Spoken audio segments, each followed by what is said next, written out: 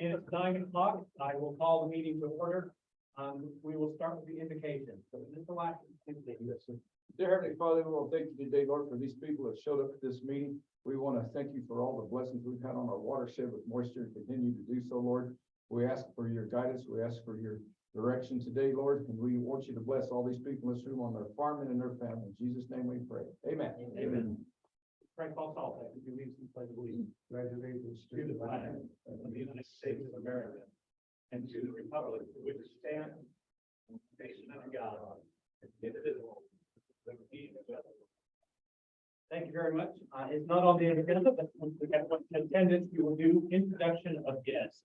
And Anna, if we can start with you. Ana Donahue, EBID. Denver Vice EBID. Mike McMillan. Ramirez. Ruben Quiroga. Grant Deputy. I'm Tracy Esslinger. Sam Kelman. Willie Koenig. Karen Byram, EBID. Thank you very much. So that brings us to our first item on the agenda, which is an update from the board selection committee and the potential appointment of new board members. I will hand it over to Mr. Gillis and Mr. James Sullivan. Mr. President, we do have some candidates here this morning. We have Sam Calhoun. We have Tracy Esslinger, and we have Sal Junior Nunez present. Thank you very much. Do you have anything to add to that, Mr. Sullivan? No, sir. Please go ahead. Thank you. At this time, that's faster than I thought. This time, what I'd like to do is give the three candidates an opportunity to introduce themselves, say a little bit about themselves and anything they'd like to express. After which, I will give the public in attendance an opportunity to provide comment as well. I will mention that on both fronts, the board will not be asking you questions. The board will not be responding to questions that were asked. This is your opportunity to tell us what it is you'd like us to know ahead of potentially making board member appointments. Mr. Nunez, since you were in front, I'm going to let you start. Well, my name is Salvador Nunez. I was originally born in Pasadena, moved here in 2000. We started the pecan farm with my parents down in West Side Road and been farming ever since. Mr. McNamee approached me not too long ago for a nomination to the board that I'm extremely grateful of. And while I don't know a whole lot, I'm willing to learn and look forward to hopefully working with all of you. So if anyone has any questions, I'm open to hear. Thank you, Mr. Nunez. Thank you very much. And then we'll go to Mrs. Esslinger. Good morning. My name is Tracy Esslinger, and I live on our farm in La Mesa. I grew up on that farm, went away to college in Fort Collins, Colorado, to Colorado State. Have my degree in psychology, my master's in education. And you might say, well, how do those coincide with working on a farm? It put me in a career in Denver, working with several nonprofits as a project manager and an executive director of nonprofits. While I was in Denver, I worked for a firm called Urban Edges. And I'm grateful to spend 10 years there because it's a planning firm that worked on urban river corridors. So we had to develop, plan, and fund big projects. One of the ones was the South Platte through downtown Denver. We worked with Chatfield Dam, Army Corps of Engineers, several constituents. So we had to get cities, towns, counties, everybody on the same page pretty much to move the dial on projects for urban corridor. While there, I got very familiar with grant writing and grant management. And so I understand you all have a big grant coming your way. So I think that's something that I can help navigate and and have worked with, again, all kinds of government entities to move the dial. I moved back to our family farm 12 years ago and have helped my mom out. And so I've been the farm manager of our farms in La Mesa for 12 years. Same thing, I'm looking forward to learning and thank you for the opportunity. Thank you very much, Mrs. Esslinger. I appreciate that. Mr. Calhoun. Name's Sam Calhoun. We live in the Anthony area. I grew up in Havens and farmed down there with my father for several years. We were mainly cotton and vegetables involved with pecans as well. But I grew up in the system at El Paso #1. We moved up here in 1986. I am a pecan grower mainly, with some other crops, but I really want to get more involved, and I was asked to serve on the board for precinct 8, and I feel like we can do a lot, and there's a lot I don't understand, and that was part of the reason I wanted to participate, learn a little more. The board has had a lot of challenges lately, and it's time that we try to get everything fixed so that we can operate the way it's supposed to be. I do appreciate the opportunity to serve with you all, and am looking forward to it. Thank you very much, Mr. Calhoun. So at this time, is there any members of the public which wish to add comments? Seeing none, that will bring it back to the board. Comments from the board. We had a very good meeting up in Hatches, you know, the farmers group. Not a ton of farmers showed up, but we had a lot of information that was put together, and I took some of those deals that was sitting there on the back of the table, Greg, that was stapled together, and I've handed them out. So I've got rid of all of them but one. I kept one for myself. And I think that really helps when y'all come up there and do a presentation. If you can have something that we can go home with, that we can put our teeth in and look and read about it, it helps a ton. So thank y'all for that. And the response I got up there in the Hatch community is they appreciated that. Appreciate it. Thank you, Joe Paul. Any comments regarding the report from the nominating committee before I ask for a motion? It seems like, I mean, I hear you don't get the one, but that's in the farmer too, so looks good to me as far as I'm concerned. Thank you, Salve. With that, what is the will of the board?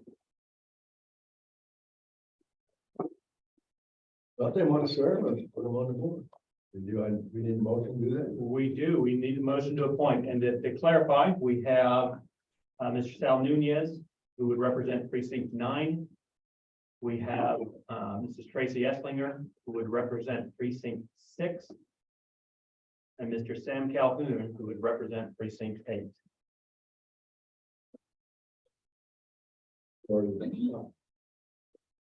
I move that we nominate those three. You move that we appoint them? Appoint them, excuse me. I have a motion on the floor to appoint those 3 individuals to represent the precincts. The state qualify in, and a second from Mr. Joe Paul Lack. Any discussion on the motion?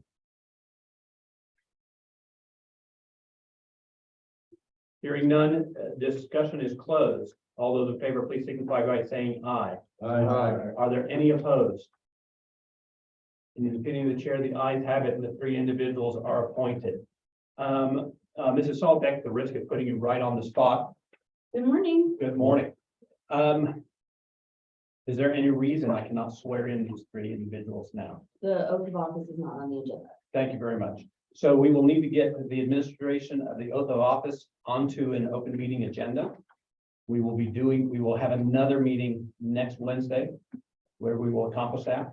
And you are welcome to stay today. I encourage you to stay today. I ask that you please stay.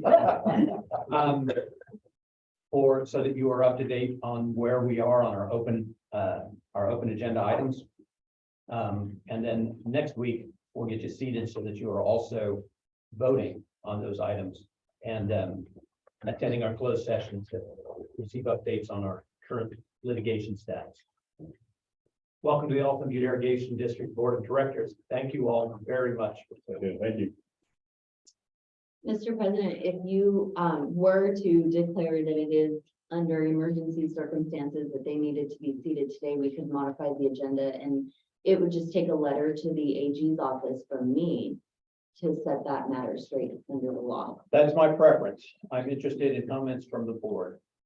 I encourage that. If we need a motion, I'll make a motion to do so. They're here. So Very well. The president declares that in the emergency situation we have with the loss of three board members, that we need to modify the agenda, having duly appointed 3 individuals to the precincts that are vacant. I will administer the oath of office today, and I'll do it right now. If the 3 of you would come forward, please.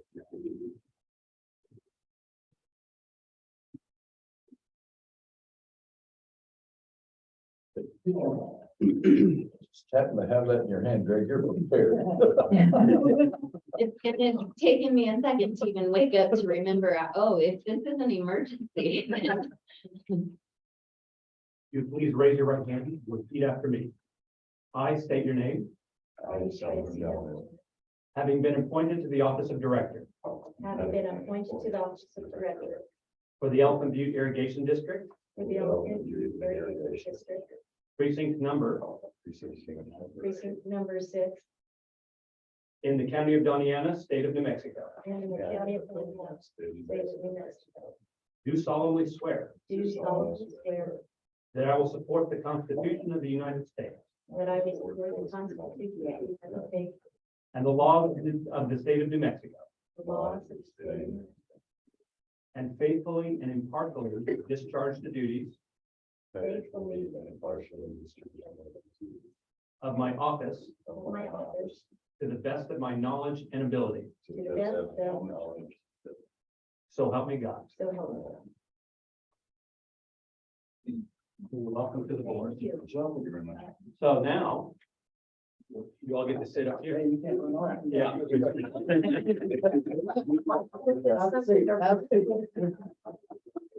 They sit in any of these 4 seats.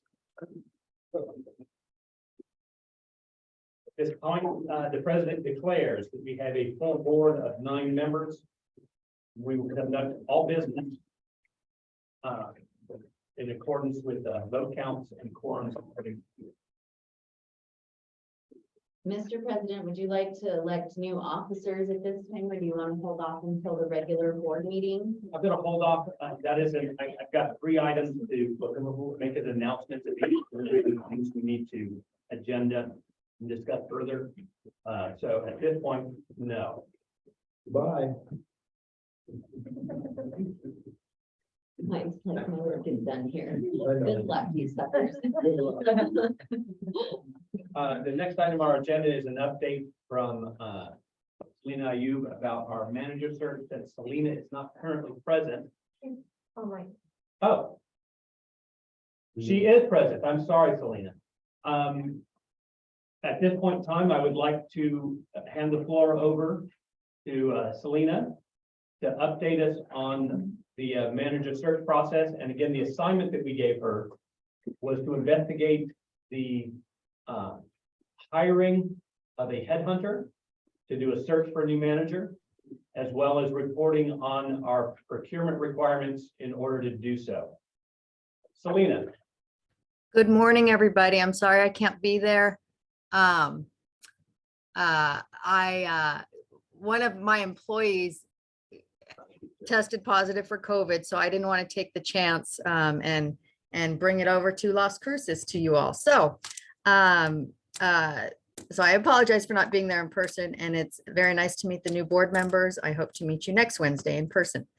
As for the update, and I will apologize because of what has gone on in my office, I did get very behind, and I do not have a current update for you, and I apologize to the board for that on both issues. So I will work hard to get an update and some progress done for you by next Wednesday.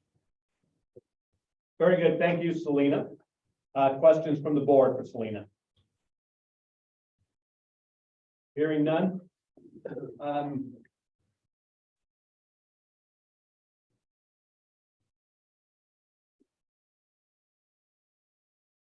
We will move on to the next item on the agenda. The update from the management committee. I will start briefly, then I will hand it over to staff and council to update on specific items. So we have continued to meet with staff to facilitate any roadblocks that they are encountering. As a reminder, we are not directing staff in their tasks. We don't know how to do those tasks, they do. And we are simply being used as a resource when there's something preventing them from being able to accomplish the goals of their departments, which they can't resolve internally within EBID, that they need some external guidance for. In the past week, we've had 3 growers meetings. We had one in Hatch, one here at EBID, and one at the Anthony Country Club. Staff created presentations for all those. And by the way, on the handouts, Mrs. Salpik deserves the credit for coming up with the idea of that and putting it in front of me. And I wholeheartedly approved of it. Having something you can take with you is very useful. Having something you can hold in your hand and follow along with is very useful. So I appreciate having those. I understand they were a great deal of work compared to how we normally do our grower presentations. We had very little feedback at the central meeting. We had some amount of discussion about operations and staff presentations at the north meeting. At the south meeting, we had more robust input that we received from our growers, including ideas on helping with our infrastructure planning. There were questions about the current status of the entity, how are things going at EBID. There were concerns that were expressed. And we've heard those, we've received them, and we'll continue to discuss them from the board. The management committee will continue to meet at the very least weekly with staff. And as needed, as items arise that need either direction from the management committee or resolution from a staff concern. And so with that, I'm going to hand it over to Dr. King first. Dr. King. Good morning, and sorry I could not be there to welcome the new board members. A few things. One that came up in the growers meetings was the discussion about a initial release date of earlier than June 2nd. The date that was suggested by El Paso #1 last week was May 12th. And if there is any guidance from the board, I don't need particular action, but if there's guidance from the board on that, I would appreciate it. In terms of internal management, I've been working with engineering to, keep things moving along. We did submit the application to International Boundary and Water Commission for the Hainer Bridge Cableway. We hope to at least get concrete poured before the water season. That's dependent on permits, but we've seemed to have the agency's attention and they seem to be wanting to move it along. Staff has been excellent in that. They had ongoing discussions going and we just sort of took the groundwork they had laid and tied that one up. We will be interviewing for a director of engineering on Friday of this week and hope to have a successful candidate coming out of that process. If there are any questions for me, I'd be happy to take those. Any questions from the board for Dr. King? Here, we've got one, Mr. Salpik. You were saying that. Where'd you go? I'm here. Down there. You're saying that El Paso wants to up it up or the The farmers want to up it up. EP number one. So the question with Dr. King, is it El Paso that wants to open up early or the farmers that want to open up early? It's the farmers in El Paso Oh, you know. that are basically talking to their district personnel. And, you know, being as we have had such a unusual both intensity and duration of recent snow, the idea is to stretch out our season at the front end here, because we will run out of irrigation season before we run out of water, the way this is looking now. But the snow's got to melt and get down here. That's the problem. Everybody Well, said, oh, we got snow, and all of a sudden it don't show up. Yeah, the thing is that the time when you notice the shortage most is when you have about average snow. But you can think of it as the average snow feeds that deficit, so that the above average snow, you know, the part of the snow that is above average makes it down more efficiently than if you only had average snow. I'm sure that there's going to be a more optimistic forecast coming out of NRCS, but again, they've been so wild lately that they're pretty hard to base anything on. Thank you. Thank you, Dr. King. Any other questions from the board? Thank you, Dr. King. Mrs. Salzbeck. Good morning. Okay, so we've split things up. Phil is taking field ops. I have taken sort of the internal side of things and dealing with other governments. And so the first thing we will tackle is ditch riders.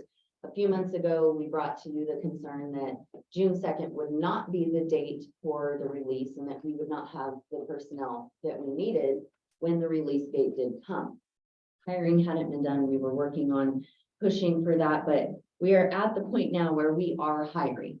We're a little bit behind. We're late to the game, so we're lacking a lot of ditch riders that we should have hired a while ago. We're catching up. James is going to give you an update. The bottom line is, though, we remain concerned about whether EP number one will continue to move up that opening date. Of course, it mostly depends on Mexico for us, right? If Mexico comes on with EP number one, we have to. If they don't come on with EP number one, then EP number one can wet the river and they take the charges. No big deal for us, better for us. The biggest concern we have had, and that always bites us, is that Mexico's cotton wants that early irrigation water. If they decide to come on with EP number one, it could even be earlier. So James is going to give you an update on where we are with ditch rider hiring and scheduling, but we are running thin, and you know, we're trying to play catch up. So James, and this is not the only admin issue, so hopefully we won't take too long with all these. Everybody, welcome new members of the board. Look forward to working with you. I'm James Narvaez, I'm the operations director, watermaster / grant / what else did they slash me on? We're working on it. Working on it. So, so just to give you a quick update, yes, it was definitely a concern. We're behind the 8 ball as far as the hiring for ditch riders. We're lacking 8, probably more than that. But we figured that 8 was a bare minimum that we can get started with. So currently we've hired 1 of those 8. We have tomorrow interviews of 4 of them. We'll see how those work out. We just received 2 more applications yesterday, so that's putting us in the right direction. We discussed some different strategies, knowing that we're going to be coming on. Hopefully, we'll see what happens with the coming on early part of it. But internal strategies as far as Central's concerned, we have another concern with one of our ditch riders that may be retiring early. He kind of pulled the trigger on us there. So that puts us in a bad spot. So we are looking at some internal moves to make sure we don't completely lose everybody in one of the units. So we'll be doing some internal moves there to try to facilitate that and kind of ease the blow. It may take some critical looking at things and the way we're doing things, but I think we're going to be okay, knowing that we potentially have an early part of the season coming up against us. I think we're on track, especially on the Central if we do have to do that internal movement. But other than that, I think we're moving in the right direction, and we should be ready if we do have to go in early. If there's an earlier start up north, for some reason, we are fully staffed up there.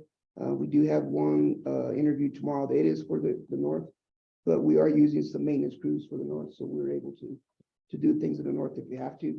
It's the southern units that we have to worry about that we're working on right now. So, but other than that, that's the personnel update.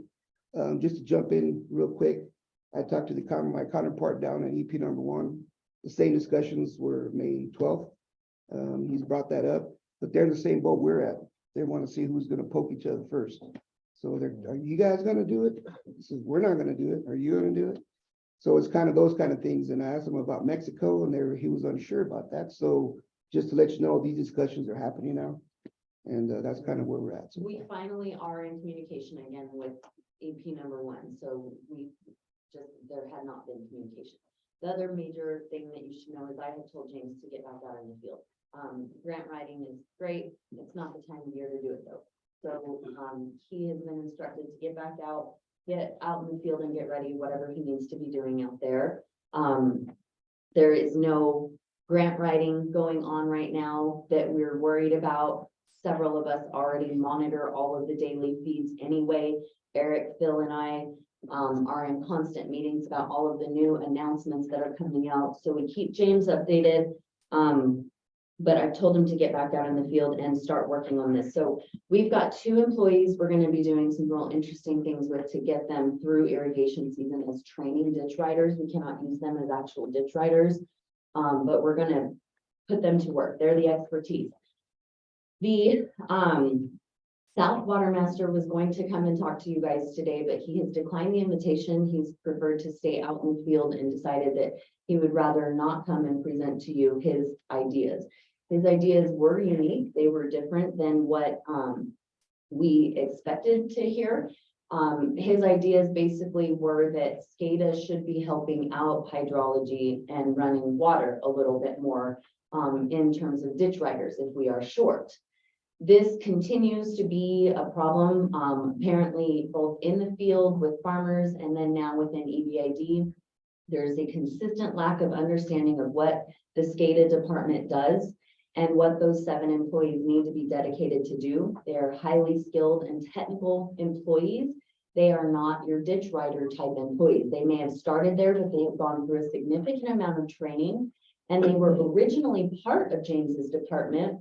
We separated them out years ago because they were so important and key to EBID's vital functions of tracking where is the water, how much is there, how do we move it from point A to point B. So we separated them out. The idea was that anybody who has experience or knowledge of the district right now should be in the field, meeting the farmers and getting ready to deliver their water to them because we just don't have enough of those people. So when I asked him, well, I happen to know my area and several others pretty well. Does that mean I should be running water? And he said, well, yes, if that's the case and you know your turnouts and you know where you are located and how to get water from point A to point B, you need to be out there. And I said, well, that's certainly a unique perspective. We had hoped that he would come and give you guys that perspective because I believe it's tied to a lot of the anger that we're hearing from the South Valley. And so I think that there's more to the whole SCADA issue than we originally thought. I think that originally I thought that it was a couple of board members who were new and didn't understand our departmental setup and didn't understand what EBID's functions all were. It now seems like it's more of a sibling rivalry within EBID. So we're going to work to figure out exactly what's going on there. The bottom line is, though, we need to get some better messaging out about what SCADA department does because SCADA is highly misunderstood. These guys are, like I said, they're trained technicians. So they're not going to be your caliber of individual who should be out opening a turnout. They are the caliber of individual who can, fix calibrations on wells and, install the telemetry that we have and install all of this highly technical, using a gravity meter, highly technical skill, required. So Dr. King has worked with SCADA start helping them with their messaging. But it seems like there's a consistent misunderstanding, which is also why a lot of people in the field will tell me, well, why don't you just get rid of the department altogether? Well, there's a lot of reasons why for starters, we are legally required to track the water use. So how could we do that if we had no metering or monitoring? There's some basic fundamental issues. And I'm getting somewhere with this. So we get to the point in time where you have a misunderstanding at the board level, all the way down to the farmer level about a whole department within EBID. And we're looking at what can the employees do in interfacing with the farmers to better understand their concerns and better address them. One of the things we're constantly hearing is that EBID should be doing more or better with the money it gets from the farmers. And we're constantly hearing that EBID needs to be mindful of the money the farmers are paying into its district. And yet we end up in a situation where we have a lack of understanding of what EBID does, therefore a lack of understanding of how much it costs to do that. And so you're going to hear from Karen now, because Karen is going to talk to you all about why we are headed for a train wreck. It's a slow moving crisis, number 97 for the day. And before we get to Karen, I want to follow up a little bit on SCADA. Because we talked about this in all of our growers meetings. SCADA collects the data. That is what they do. They collect the data. At times hard to understand, why are we collecting all this data? We receive reports from Dr. King about what we can expect to see with the releases, with the diversions at our points, and how we can deliver water. Understanding that at his expert level requires data. We have Dr. Fox that tells us these are the impacts to our groundwater system based on current amounts of surface water, pumping impacts, and how those relate to our ability to get surface water to you. That all requires data.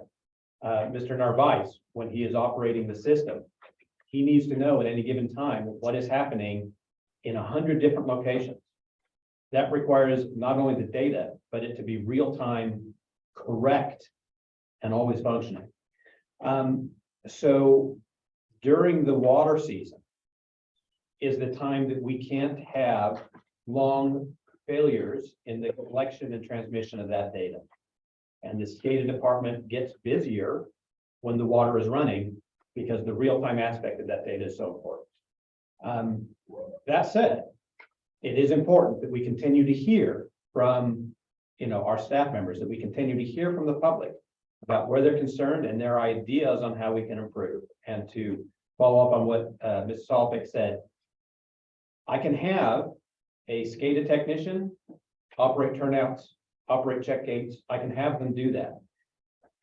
I regrettably can't go the other way. I can't take the ditch riders and have them go repair an RTU unit. That requires more training than a new hire has had time to acquire. So how we balance all that out is something we need to continue to consider. That data is critical to us being a world-class operation. We're going to need world-class data if we want to operate in that fashion. And then that's a decision of the board, impacted by input from our constituents and members. How world-class do you want us to be? Mr. Saltek. These guys don't understand, if we don't have the stuff, data, how can we fight in Mexico? Right away, New Mexico wants to take our water away. Everybody says, well, we don't need that, but how do you fight somebody? They say, no, we're using our water. They say, no, we're gonna take it away from you. So the farmers are gonna get less water than more water, because what's happening, we're not taking care of business. And they say, well, you guys ain't doing your job. And they say, well, I'll pass on these water. We're gonna take it away from the farmers. That's what people don't understand. The farmers are the easiest target. People are, people are gonna get the water. They gotta eat and drink and all that.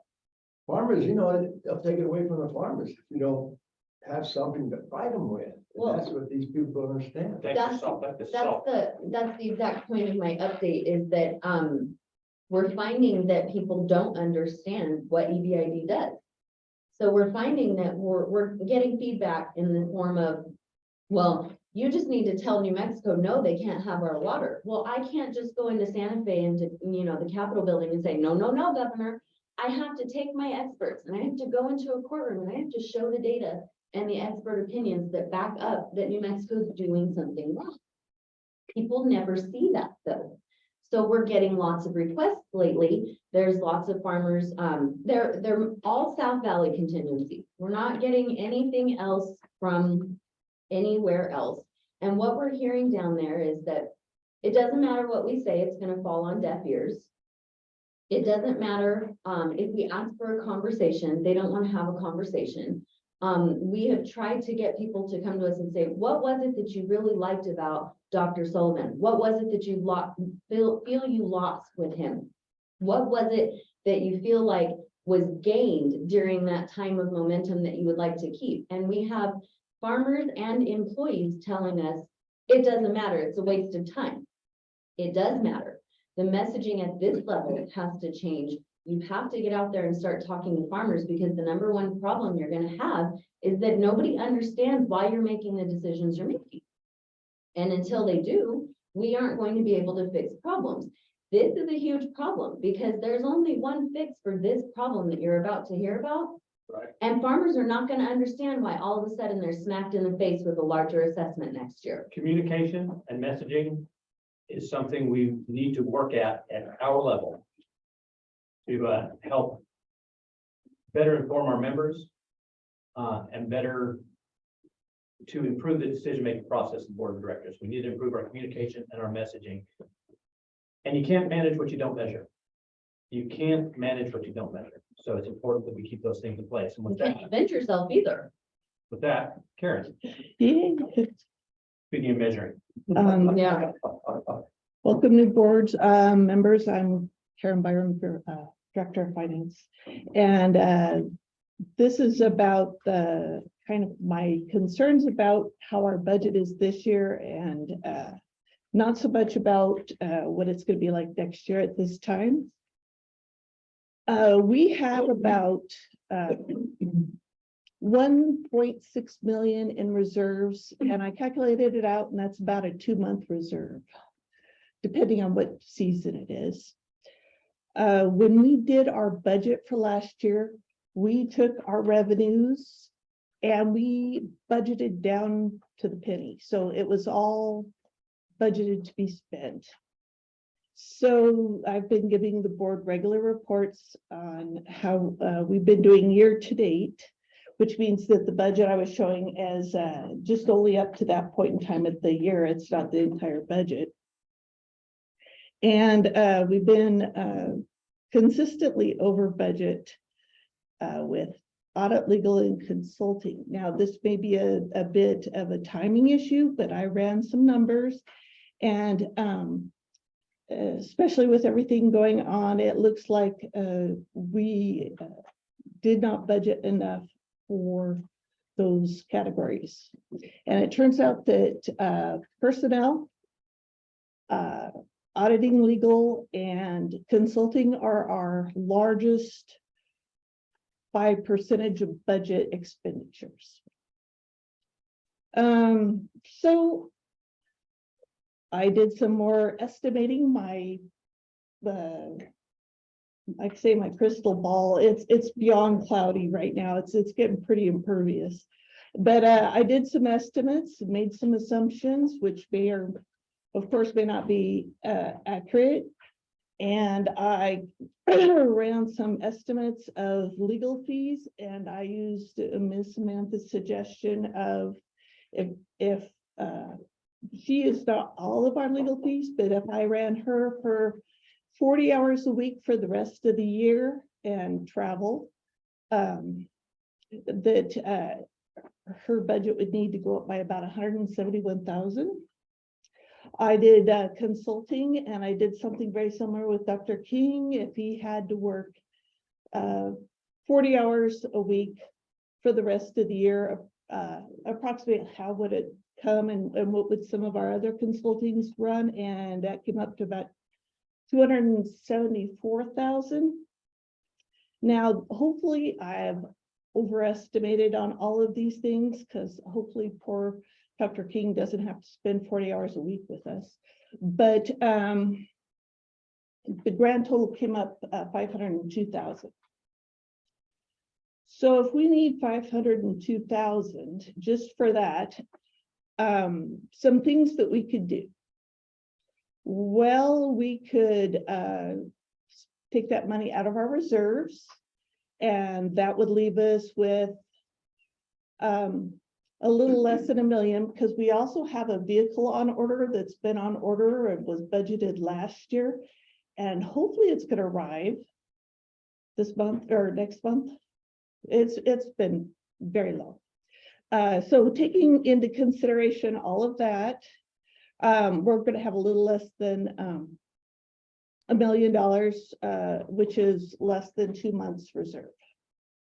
We could sell some assets and use some of our reserve. I came up with if we could come up with some assets and somehow or another get say 320,000 and use some of our reserve, that would still leave us 1.2 million. But that would, we'd have to figure out how to get that 320,000 out of some of our assets. Same thing, like we could sell some of our property and equipment. We do have some obsolete equipment we could sell, but we sold a bunch last year. I don't think we would make nearly enough out of our obsolete equipment for this year. We could actually go for a line of credit or a borrowing. And I added in the borrowing for the cost of the interest, and that came up to be about 550,000 at an 8% interest rate. And I'm not sure what we would use for collateral, but I understand there's some places you can go that you don't need much. But that would mean that we'd have somewhere between $2 to $20 worth of increased assessments per acre to pay for those borrowing costs for next year. We could do a supplemental assessment for this year. And that came up to be, well, how things work. It would be at least over $5, maybe $10, $8, somewhere in there for a supplemental assessment. Or we could hope for an outside cash infusion of about the whole 500,000. If we got a grant for that, we'd need it to be 100% grant, not a 50% match grant. And then I went in and I said, well, we've been talking about getting extra people. So if we got in 3 additional ditch riders on top of what's already been budgeted, then that would probably cost us another 150,000. If we got a grant writer, I'd say that'd cost at least 84,000.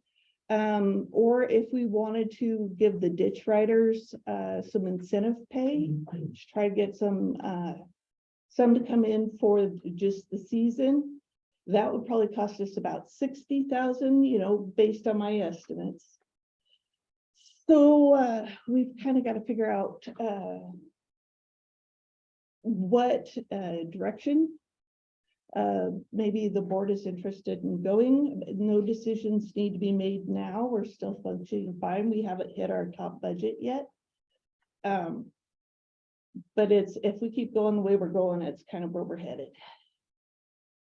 So I asked Karen to be extremely conservative in preparing this estimate for you because, for example, the 40-hour billable work week for me requires about 60 hours of actual work. And I just can't do that every week, especially because I have other clients. So it's unrealistic in a sense. But the conversation regarding the budget issue has to happen, and it has to happen soon because the board has put Dr. King and I to work even more lately, and we're doing 2 or 3 jobs. Everybody else here is doing 2 or 3 jobs, and EBID has not adjusted at all for inflation. Everybody else has, EBID has not. The farmers were loud and clear. They wanted to try and make it work within the assessment we had. That was the directive given by the South board members to Dr. Sullivan. this is the result. We are not going to be in a position to continue our normal operations and the hiring you would like to do and need to do with the money you have. We have had this concern coming our way at least since I was brought back in 2017. We initially started looking at other options like bonds, loans, special assessments, things like that. There are government loans that you can take, 50-year loans that, are very low interest rate. There's lots of options. The bottom line is, the farmers have not wanted to spend more money. It is more expensive now to operate this business. It's more expensive to operate everybody's business, but we haven't adjusted for that. So we're gonna need to think about what we do with that. We also. Mr. Salter. Back in the day when we were fighting El Paso, they were trying to put 40, 50 wells up in here, and all that kind of stuff. City of El Paso.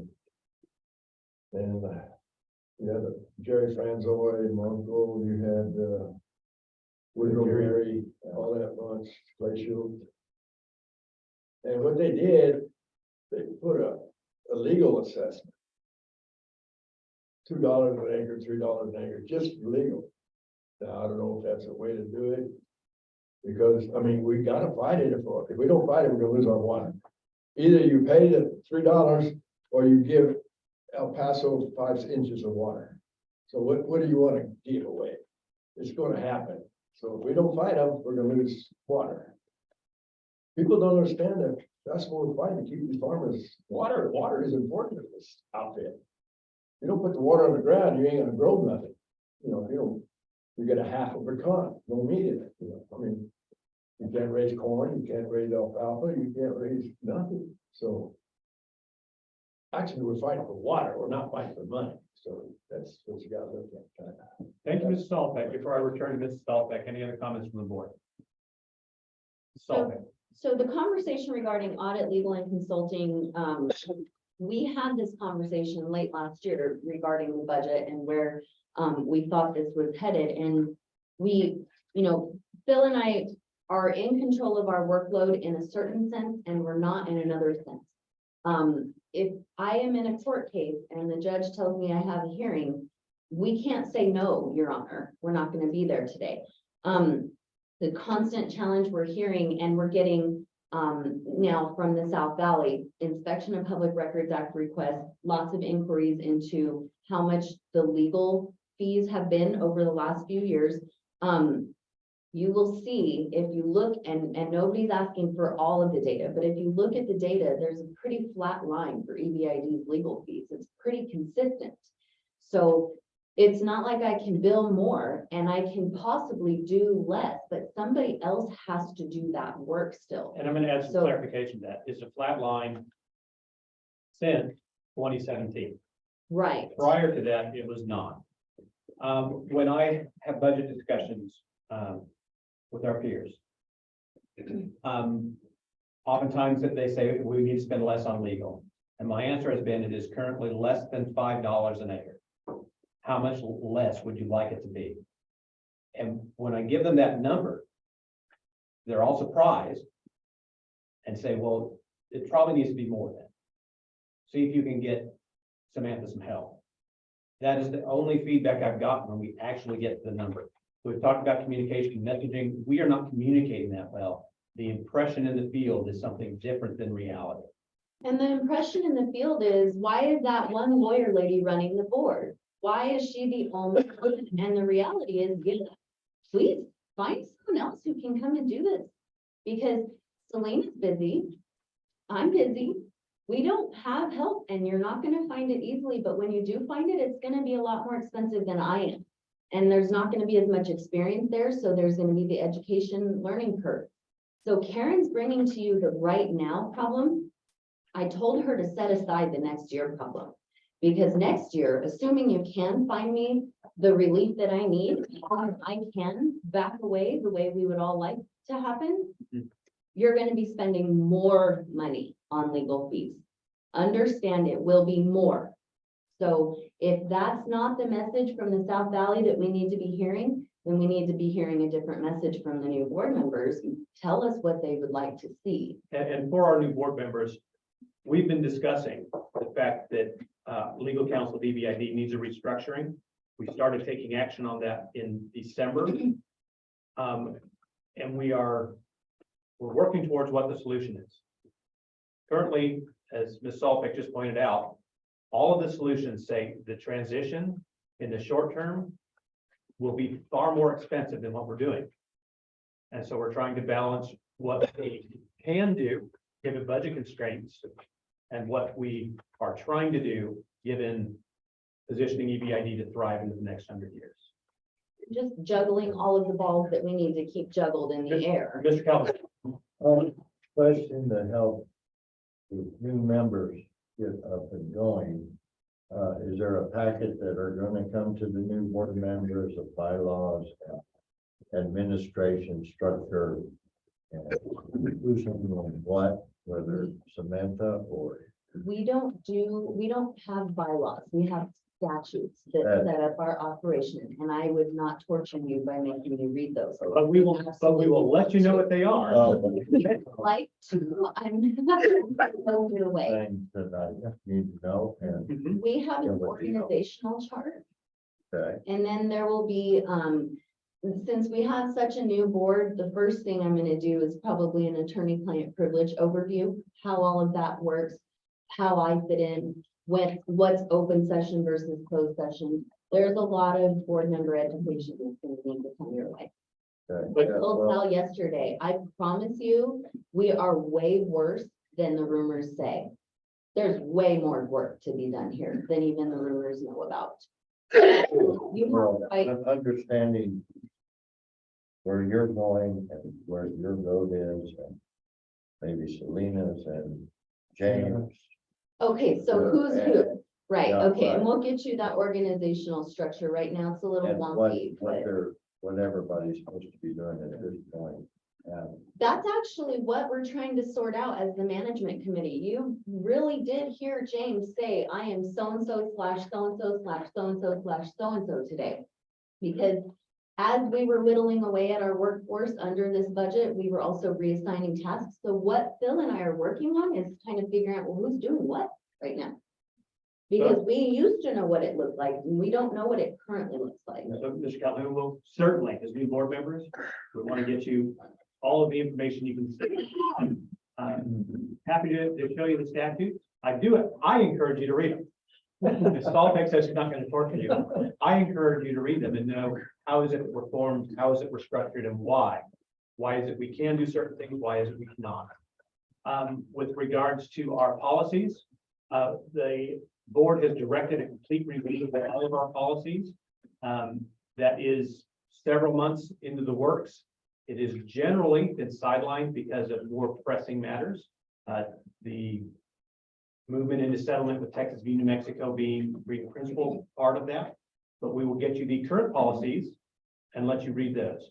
And then ultimately, it will be the board that is then directing, how do we need to change these things to better improve how the district functions so that we are best positioned given the needs of our members.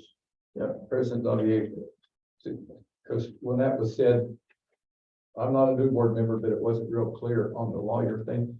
What they're trying to do to you three new members is have another person, in-house lawyer, so to speak, to kind of take from the duties of our primary legal attorney that has more than we can even think about doing, and to bring that other person in here. And as we've said, to bring another person in here as a lawyer and to do that in-house lawyer stuff where they'll be here more present, more talking directly with everybody, it's gonna cost a ton of money. You heard what we said about our budget, so that's where we get caught. But I just wanted you to know that lawyer deal was about that, if you get that out of that. And you may have got that, but I. Essentially, I suggested 10 years ago that EBID needed in-house counsel and its own small in-house law firm to do the daily tasks, a lot of which I do, in addition to the specialist work that I do. So what I recommended was set up an in-house lawyer that could be someone just comes and goes. that knows Open Meetings Act, could be quickly trained on IFRA, Open Meetings Act, government finance, contracting, all the day-to-day stuff that makes this place work. And then I will focus on the water stuff, Texas versus New Mexico, the policy, the higher level, outward facing stuff. And that didn't happen for a long time because we went through Texas versus New Mexico. And with only one lawyer, we don't have the time to address all the legal needs the district needed addressed, while I was diverted 100% to Texas versus New Mexico. So we set a lot of things to the side, setting up the in-house lawyer, setting up the newer board policies. I think I told Sal, did I tell you yesterday, we still have a ditch rider policy for ditch riders on horseback. So we need to update a few things around here, but we're trying to respond to feedback, which is, why does the lawyer lady run the board when the perception is that I'm the only one here that makes the decisions? So ideally, we would have more lawyers, more people out and about in the public face, but the reality is we can't afford that. That's why I'm the only. Mr. Sullivan. You know, back then when fuel was $1.80 a gallon, we had 5 lawyers sitting here every meeting. Every meeting. And I And remember, me, the law clerk. and not putting numbers at Hatch, but Hatch, those guys up there said, we don't need lawyers at the meeting. So one day we. Good idea, but go ahead. Well,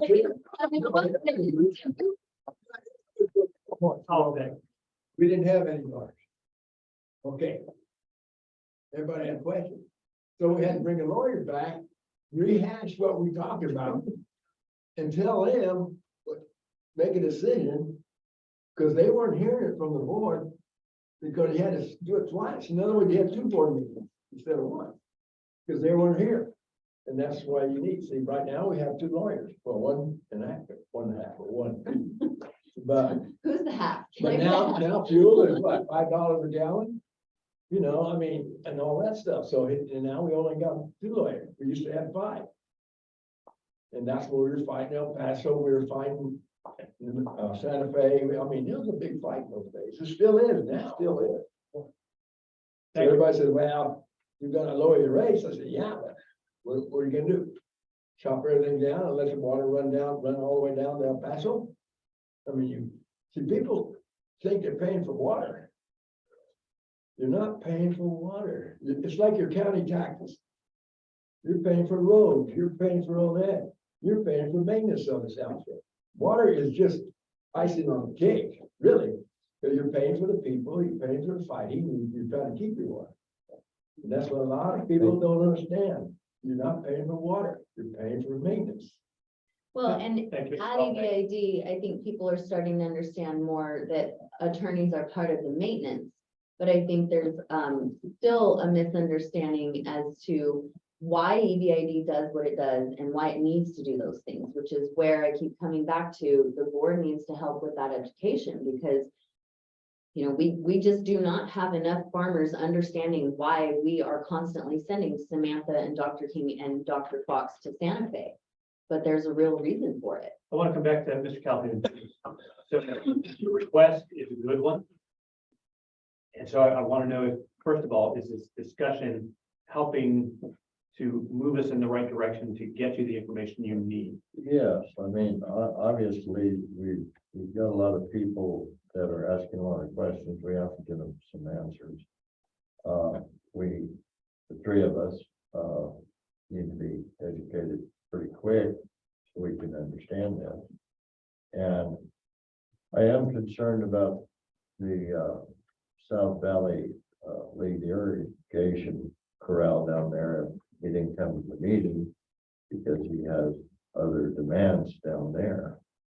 And how many, we need our people in place to deliver the water. Of course, that's number 1 compared to many things. And I don't mean to jump around, but these are things we got to do. We need to answer a lot of questions to the growers down south and north, whoever has good questions, and get this thing lined up. I hear what you all are trying to do, and that's what we need to do. So everybody knows their position can focus on it. Thank you, Yeah. Mr. Calhoun. I want to give a little bit of direction for new board members. It doesn't matter at all if you're jumping around, because I'm taking notes and I address either directly with you or the full board, everything that you say at some point in time. So if you're jumping around from topic to topic, I'm still following you. Mr. Salter. Do you wanna hire every farmer, like Mr. Corner hire a lawyer for water, you gotta hire everyone? You're gonna have 300 lawyers fighting one thing. And you know how much that money is gonna cost, or you pay $5 an acre and don't worry about it? I mean, if we didn't have legal, every farmer's gonna have to fight their own battle. And they're not, and where are you gonna get lawyers for that? Any water lawyers? I mean, you go to California, how much they're gonna cost you? $1,000 an hour, I mean, really? That was the foundation of Thank you, EBID. Salter. The Yeah. farmers realized that they were going to be under attack from water uses up north if they didn't band together, because the small farmers couldn't afford to do what farmers like you can do and hire a lawyer to go protect themselves. So everybody had to come together. Right now, I think there's this misconception that, and you know, this is not unique, this current period. In fact, the operating agreement period from about 2010 to 2014 was probably our worst political period for EBID in my tenure. And so the situation with the South Valley right now is not even near what it was when we were standing by the operating agreement in litigation. But the common theme is you don't hear directly what the concerns are, which we need to be able to address. And we get sort of the rumor idea of where they're headed, but not really any good direction. So we need that. But farmers only speak when they're angry. They're not going to come bug us and kick our door down to say what a great job we're doing. So remember that when you're talking to an angry farmer, they're not going to give you the positive feedback. They never will. But, you know, when we were doing growers meetings, I can remember 2011 and 2013, I was packing because I thought I was going to be run out of town. When I showed up to tell them They were in town. they're getting 4 inches and every bit of the water in the river was going to EP #1, way worse than what the rumors in politics are now. But it's always something that EBID needs to adjust to and address. And right now, we're not really sure what to address down there, because we know what the problem is in this room. We know what the rumors are down there, but the reality for EBID is that we have a workforce that can't keep up with the workload. It doesn't matter if people want to focus on the lawyer. Everybody loves to hate the lawyer. I'm fine with it. But it's not just me. It's everybody here is doing multiple jobs and cracking under the weight because we have too much work for the number of employees we have. Cracking under the weight's a good way to describe that. Thank you, Ms. Salter. I want to come back to Karen. Yes. Based on our discussion, are there things that you would like to add today before we move on? Again, I'll just reiterate, there's 2 ways to balance a budget. You could increase your revenues and cut expenses. And as they have said, we're kind of limited where we could cut expenses. There are a lot of ways that we could spend more money, but that's about all. Thank you, Karen. Are there other comments from the board? Is it appropriate to ask a question? Absolutely. Oh, sure. Can you just give a brief rundown of the kinds of grants you've received and the sizes of the grants, how they've been used? I can tell you right now, we've got 3 going. One is, I believe they're all from the Bureau of Reclamation. Right now, we've got the Picacho one that is just finishing up where they ran pipe along the Picacho. They ran into some unexpected issues, so we've had to negotiate with Bureau about scope of the project, or we should be finishing up with that. We have one called the Drought Resiliency Grant, and you heard them talk about that one. The Hainer Cable is one of the tasks on that grant.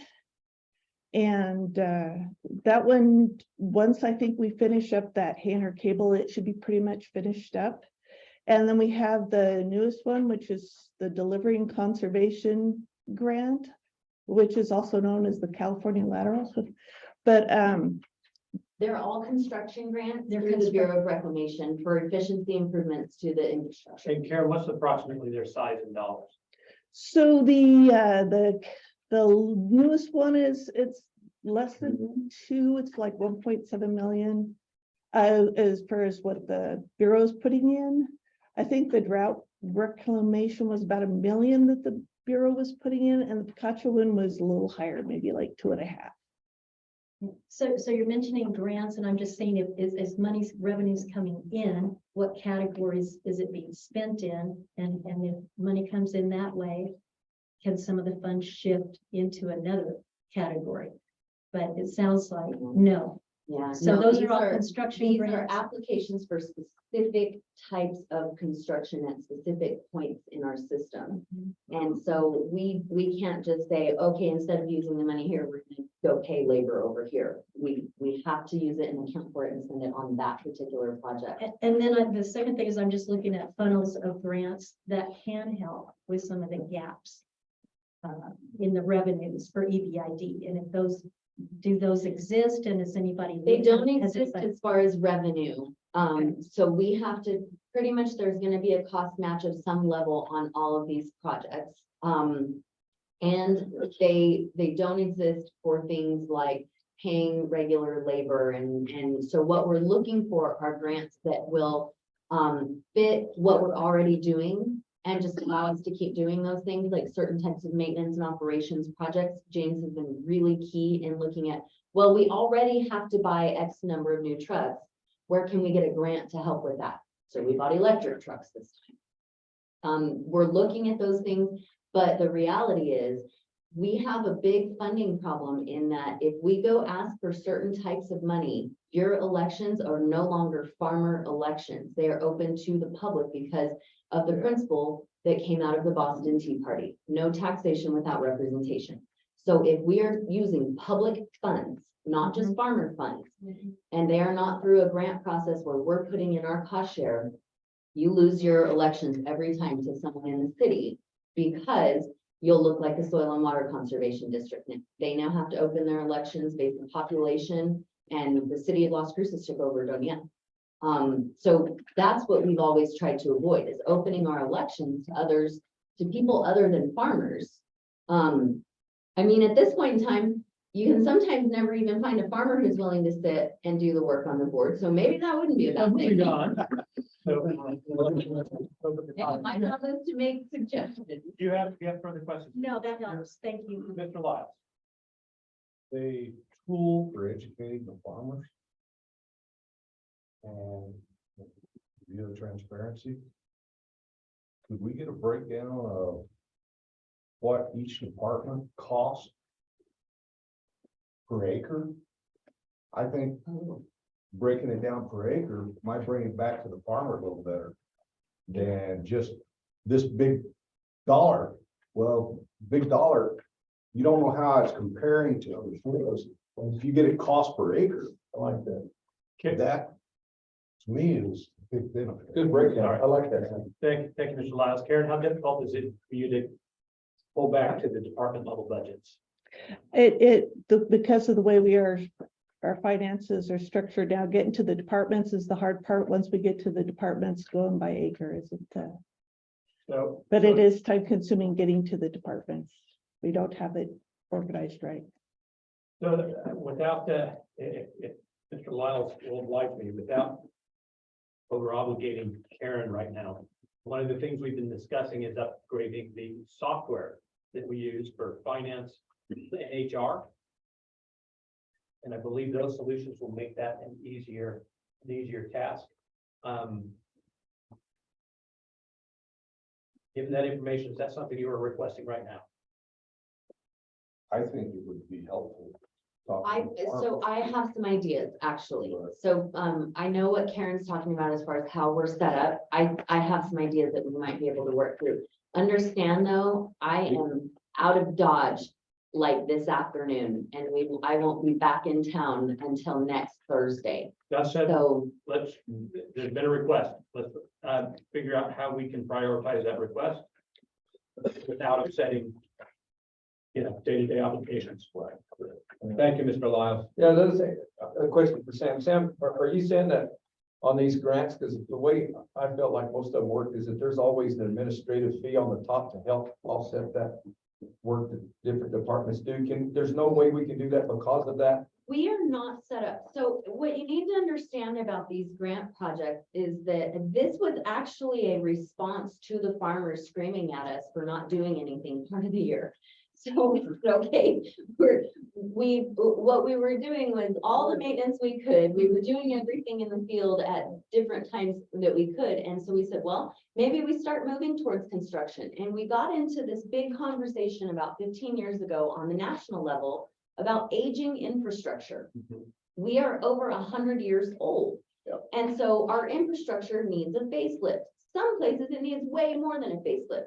So we started doing this construction stuff where we went out of water season, and water season is multiple seasons. We have water delivery season, we have flood control.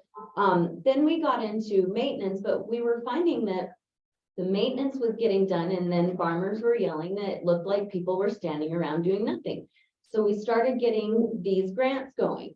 We did not have a good software to track a lot of the time that a good grant outfit could track.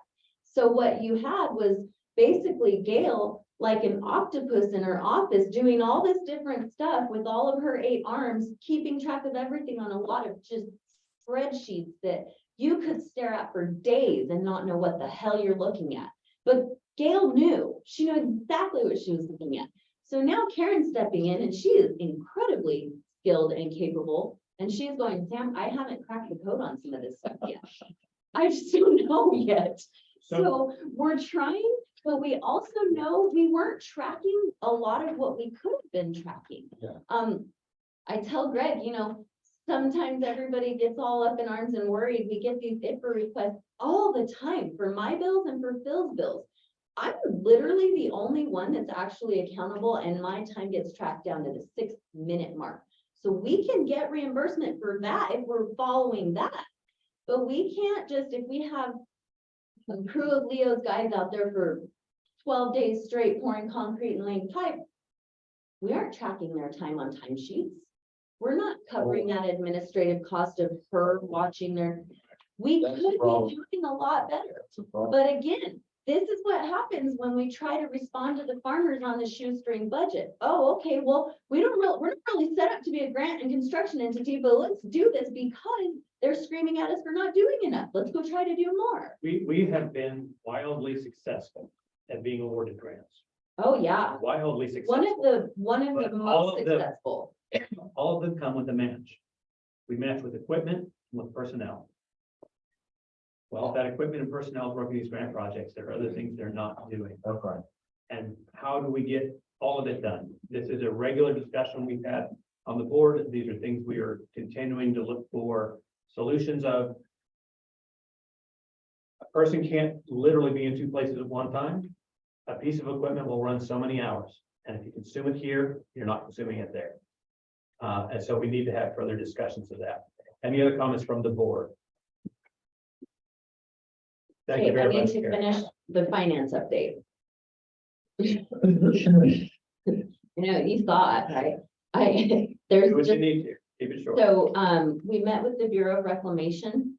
We had we used to have these regular meetings with the Bureau on how much our charges from them would be for each year. So the Bureau of Reclamation still charges us to operate the project. We paid our construction costs off to them, took back ownership of some of it, but they still own some of it. So we get charged for the operation of those facilities that they still own, based on certain percentages. And so, for example, we share Mesilla Dam with EP #1 and the United States, right, and Mexico. So our percentages of interest there are different than at Leesburg that only waters EBID. this coming fiscal year, we will see a reduction in what the Bureau is going to be charging us. It could have been more of a reduction, but the Denver office has made some squirrely policy decisions that they are trying to run through. But we're expecting that it'll be quite a bit lower, about $100,000 lower this year. So we're hoping that it'll be even lower than that, but we should be getting a letter soon on those charges because they just emailed me yesterday and asked where to send it. So we had a very good meeting with the Bureau. EP number 1 attended that meeting also. It was a good meeting in the sense that we were able to set up a bunch of other meetings that we've been meeting with EP number 1, in addition to reconnecting with them on multiple levels like we had been hoping for. So there for a while, we had no communication with the other district, which was not a good place. I'll just skip the update then on other agency interactions. Thank you. But we've got, we've got a lot of business, by the way. Well, I'll get into that with Ms. Salter.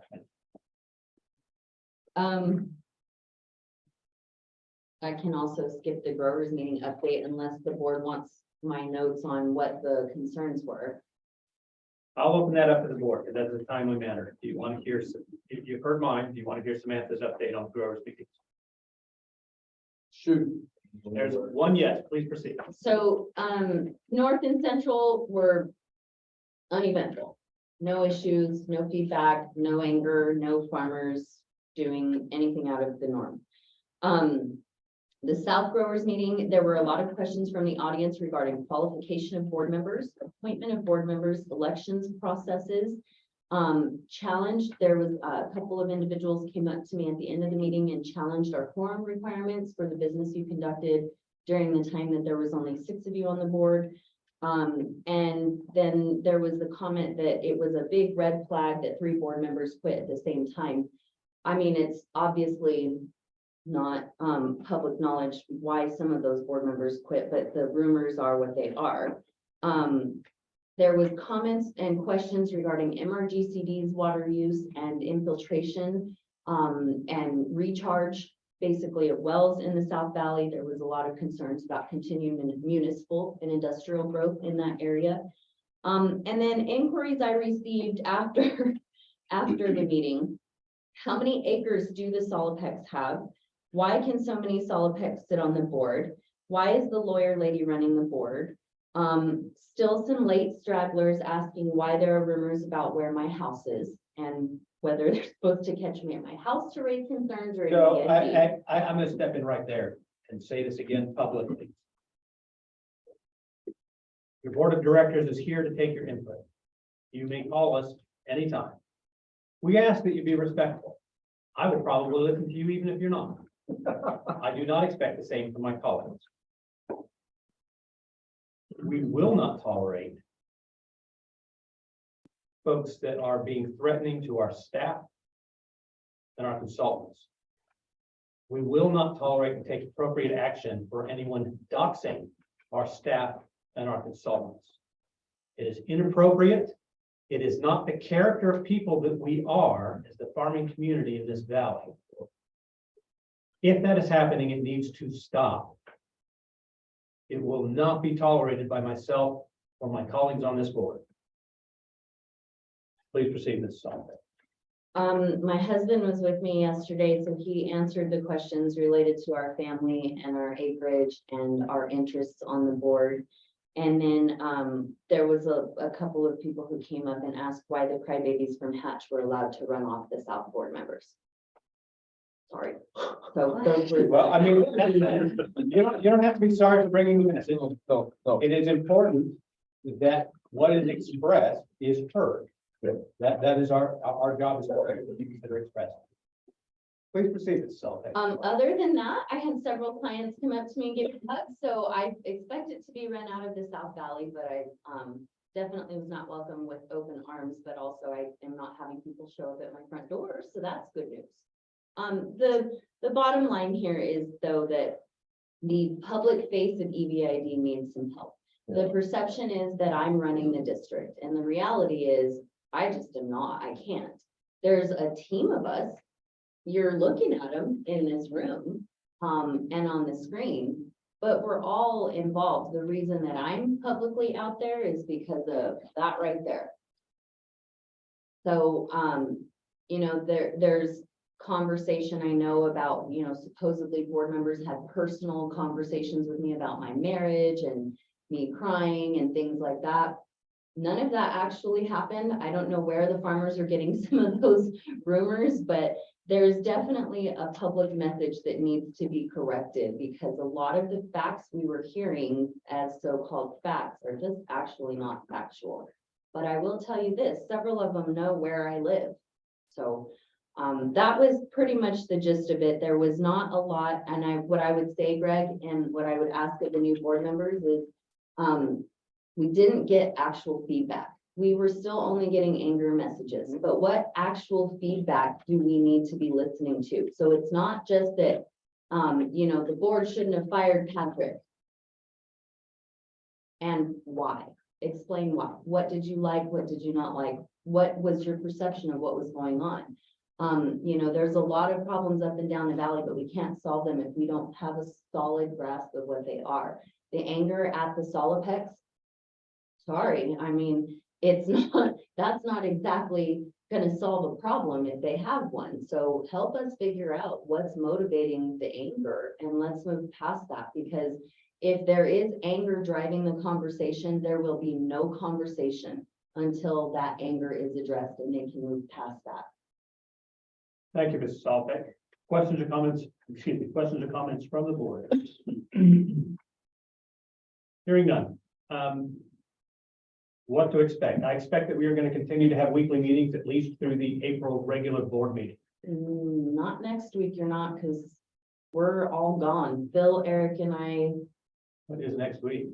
we have the CLE and then MRGCD BOR meetings on Wednesday. So, and then Thursday, We're going to, as soon as we can make them happen, as soon as I can call them, well, we will be having meetings potentially as much as weekly in the April board meeting. I assume you did not want to have a meeting on Good Friday.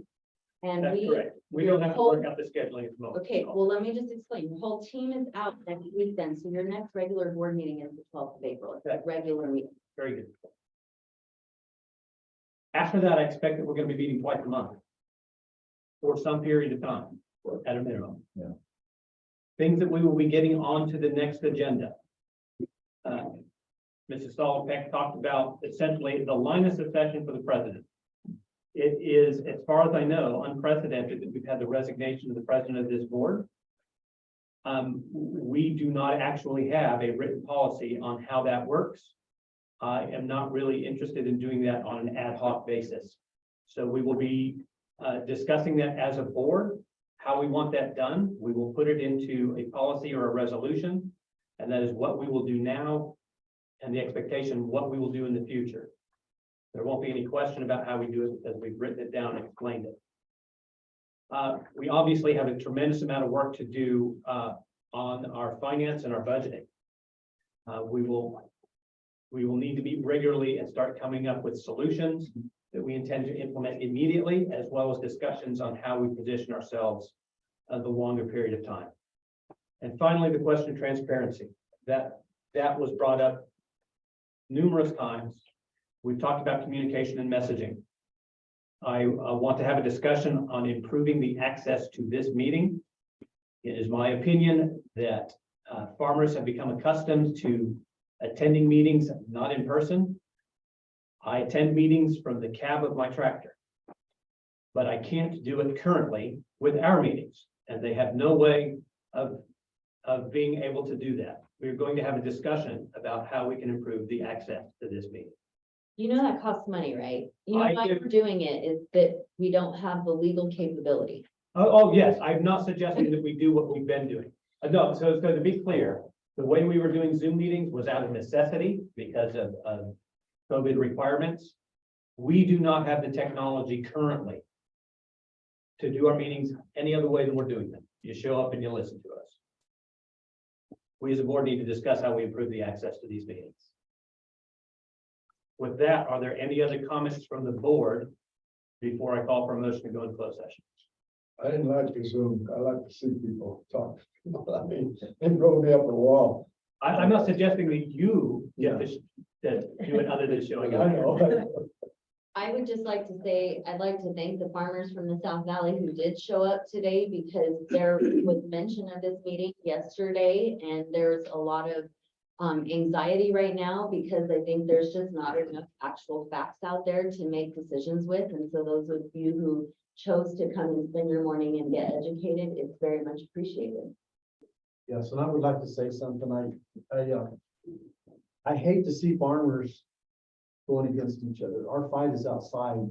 We have enough fight trying to keep our water than we do fighting each other for these other situations. But I would like to see a board unified, come together to fix problems and not fight against one another. I mean, we're all in this thing together. We're all fighting for the same reasons. We all have the same mind and we need to come together. This is a time that we need to be holding hands together. From the north end to the south end, we all have the same fight. And it's not against each other. It's not against anyone in this room. We all have, our issues and we run our businesses differently. But when we come here, we need to be together and we need to stand on that firmly. And I would like to see that going forward. That's just all I have to say. Thank you, Mr. Gillis. Any other comments from the board? Hearing none, the president will entertain a motion to go into closed session pursuant to section 10-15-1-H of the Mexico statute. I have a motion by Mr. Frank Saltek, a second by Mr. James Saltek. All those in favor, please signify by saying aye. Any opposed? Continue to chair, the ayes have it. Motion carries. We are in closed session.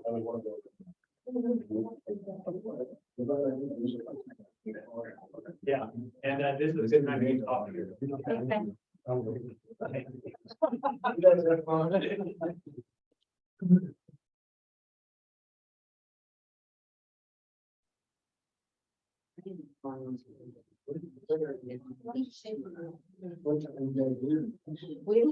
actually don't leave until like 11 o'clock. I was talking about this pregnant on. Oh, yeah. I'm talking about beating my head against a wall. My man issues out the wazoo and now you want to do more. I just need you to drive me on Monday.